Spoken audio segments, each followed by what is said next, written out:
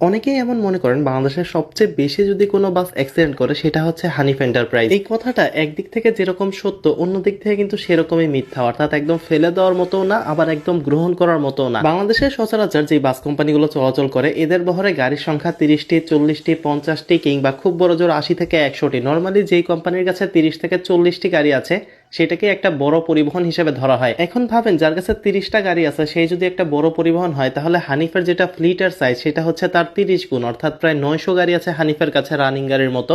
তো সেই ক্ষেত্রে সেই কোম্পানির যদি একটা বাস অ্যাক্সিডেন্ট করে, হানিফের অ্যাক্সিডেন্ট করার কথা 30টা। আমি যদি আপেক্ষিকতার কথা চিন্তা করি তাহলে হানিফের যেটা অ্যাক্সিডেন্ট রেশিও সেটা অনেক কম। তবে আমি যদি পরিমাণের কথা চিন্তা করি তাহলে অন্যান্য যে কোনো পরিবহনের চেয়ে হানিফের বাস অ্যাক্সিডেন্ট বেশি করে, কারণ এটার সংখ্যাও বেশি।